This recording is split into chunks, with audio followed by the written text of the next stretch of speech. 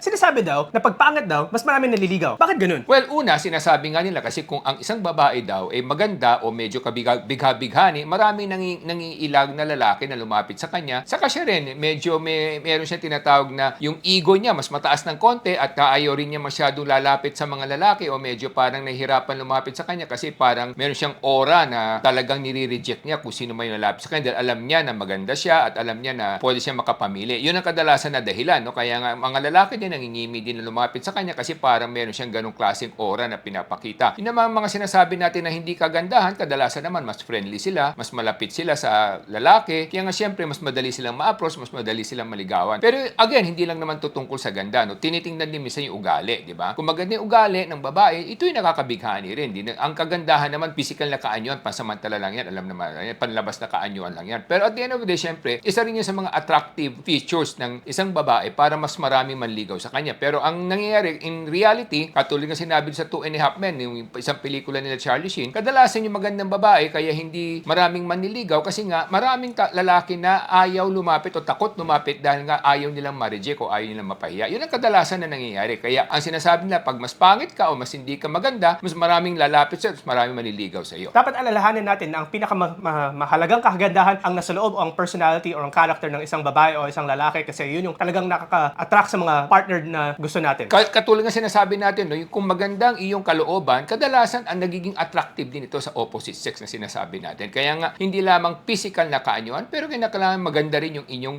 toong pagkatao para sa gano'n mas madali kayong maka-attract din ng opposite sex. Kung kayo may babae o lalaki, napakahalaga nun sa isang nilalang sa ating mundo. Ako po ay si Solomon Sai, ang inyong kuya ng bayan. Ako naman si Michael Sain, yung dad ng bayan.